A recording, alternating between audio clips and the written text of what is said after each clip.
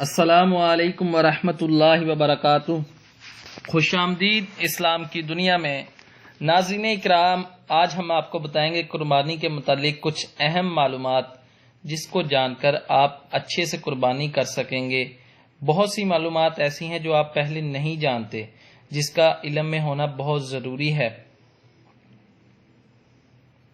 اسلام ایک مکمل ضابطہ حیات ہے۔ انسانی زندگی کا کوئی بھی گوشہ ایسا نہیں جس کی رہنمائی کے لیے اسلامی تعلیمات ناکافی ہو، لیکن المیہ یہ ہے کہ عوام الناس نے مسائل شرعیہ سے آگاہی کو شجر ممنوع قرار دے رکھا ہے اور سنی سنائی باتوں ہی کو احکام شرعیہ سمجھ کر قناعت کر لی ہے۔ اس لیے ذیل میں چند مسائل ذکر کیے جا رہے ہیں، انہیں پڑھیے، سمجھیے اور حتی الوسع عمل کیجیے۔ اللہ رب العزت ہم سب کو دنیا و آخرت کی بلائیاں نصیب فرمائے۔ مسلمان ہونا لہذا غیر مسلم پر قربانی نہیں، مقیم ہونا لہذا مسافر پر قربانی کرنا ضروری نہیں، البتہ وہ نفلی قربانی کر سکتا ہے۔ صاحب نصاب ہونا، یہاں نصاب سے وہ نصاب مراد نہیں جس سے زکوٰۃ واجب ہوتی ہے، بلکہ وہ نصاب ہے جس سے صدقہ فطر لازم ہوتا ہے۔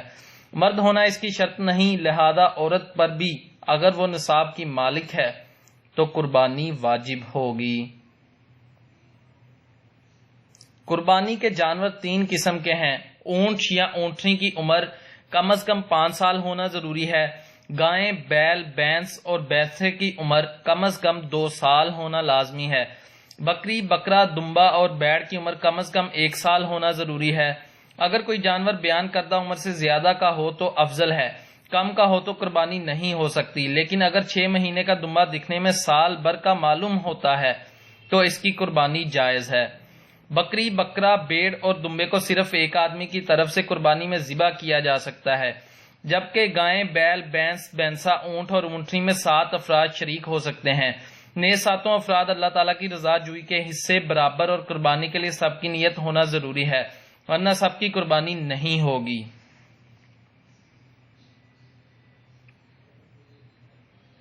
حصوں کی قربانی میں عام طور پر یہ ہوتا ہے کہ کھالیں قربانی کروانے والے اپنی مسجد یا مدرسے کے لیے رکھ لیتے ہیں اور اس پر کوئی بھی اعتراض نہیں کرتا تو یہ المعروف کا لامشہود کے تحت تو جائز ہے، لیکن اگر کوئی حصہ دار صراحتاً منع کر دے کہ میرے حصے کی کھال کہیں نہ دینا بلکہ مجھے ہی دینا، تو اس صورت میں اس کے حصے کی کھال کی مقدار مسجد یا مدرسے کو جائز نہیں۔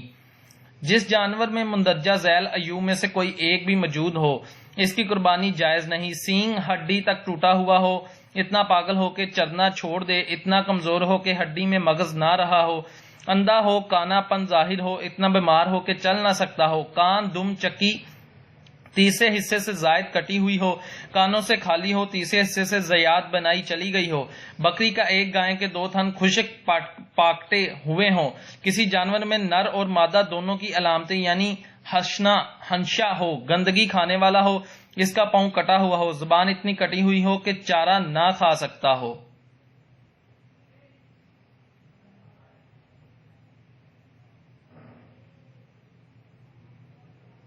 جن جانوروں کا گوشت کھایا جاتا ہے ان کے اجزاء میں سے بعض حرام اور بعض مکروہ تحریمی ہیں، جن کا ذکر حسب ذیل ہے۔ رگوں کا خون، پتا، مثانہ، علامت، مادہ نر، خصے، غدود، جسم کے اندر کی گانٹھ جسے عربی میں غدہ کہتے ہیں، حرام مغز، گردن کے 2 پھٹوں کی شانوں تک کھینچے ہوتے ہیں، جگر کا خون، تیلی کا خون، گوشت کا خون جو ذبح کے بعد گوشت میں سے نکلتا ہے، دل کا خون، پت یعنی وہ زرد پانی جو پتے میں ہوتا ہے، ناک کی رطوبت کے بیڑ میں اکثر ہوتی ہے، پخانے کا مقام، آنتیں، نطفہ، وہ نطفہ جو خون ہو گیا، وہ گوشت کا ٹکڑا جو رحم میں نطفے سے بنتا ہے، وہ نطفہ جو کہ پورا جانور بن گیا اور مردہ نکلا یا بے ذبح مر گیا، رات کو قربانی کرنا مکروہ ہے۔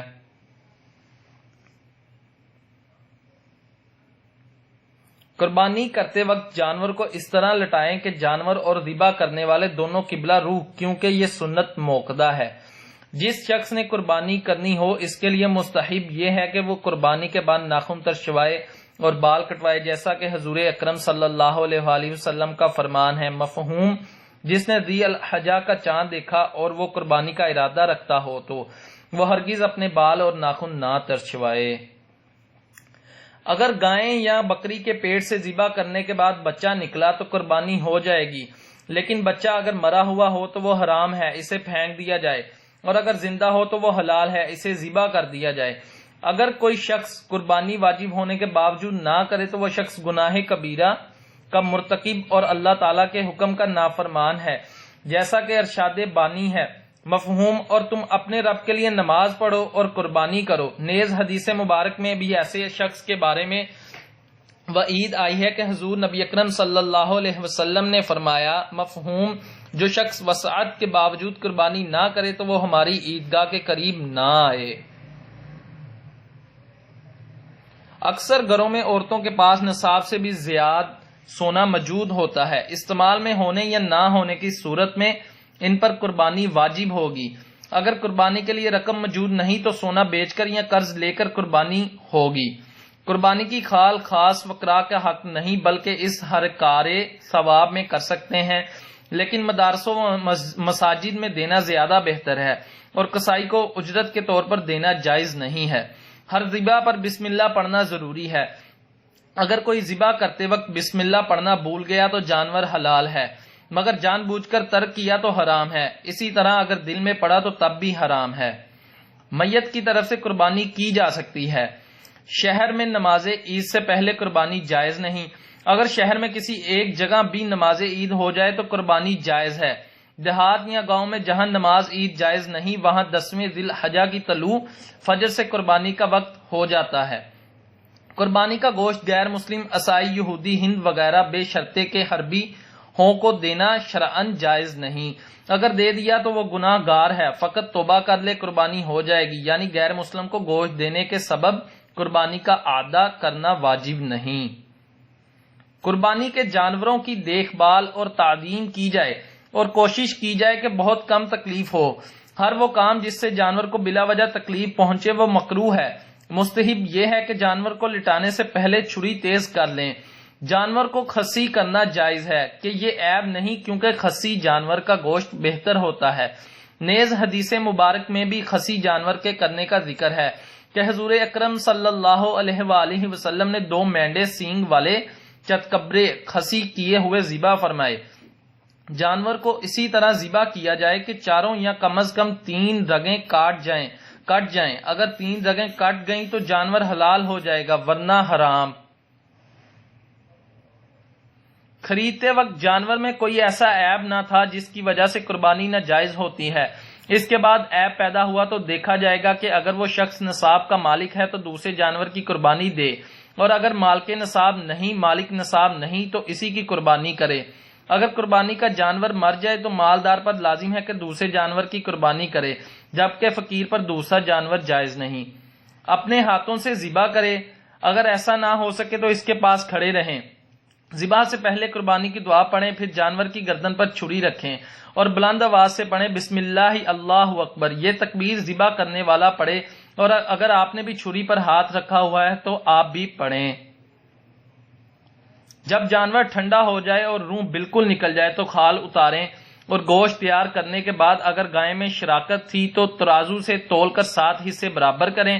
صرف اندازے سے تقسیم جائز نہیں۔ بکری ہو یا گائے کا 7واں حصہ جو آپ کو ملا، اس گوشت کو 3 حصوں میں تقسیم کر کے ایک حصہ گھر میں رکھ لیں، دوسرا حصہ 2 احباب اور رشتہ داروں کو دیں، اور تیسرا حصہ غربا و مسکین میں تقسیم کریں۔ جانور کی رسی، اس پر ڈالا گیا کپڑا اور گلے کا ہار وغیرہ صدقہ کر دیں۔ مزید معلومات کے لیے ہمارا چینل سبسکرائب کریں۔ اسلام کی دنیا۔ مزید معلومات کے لیے ابھی واٹس ایپ پر میسج کریں یا ای میل پر رابطہ کریں۔ جزاک اللہ۔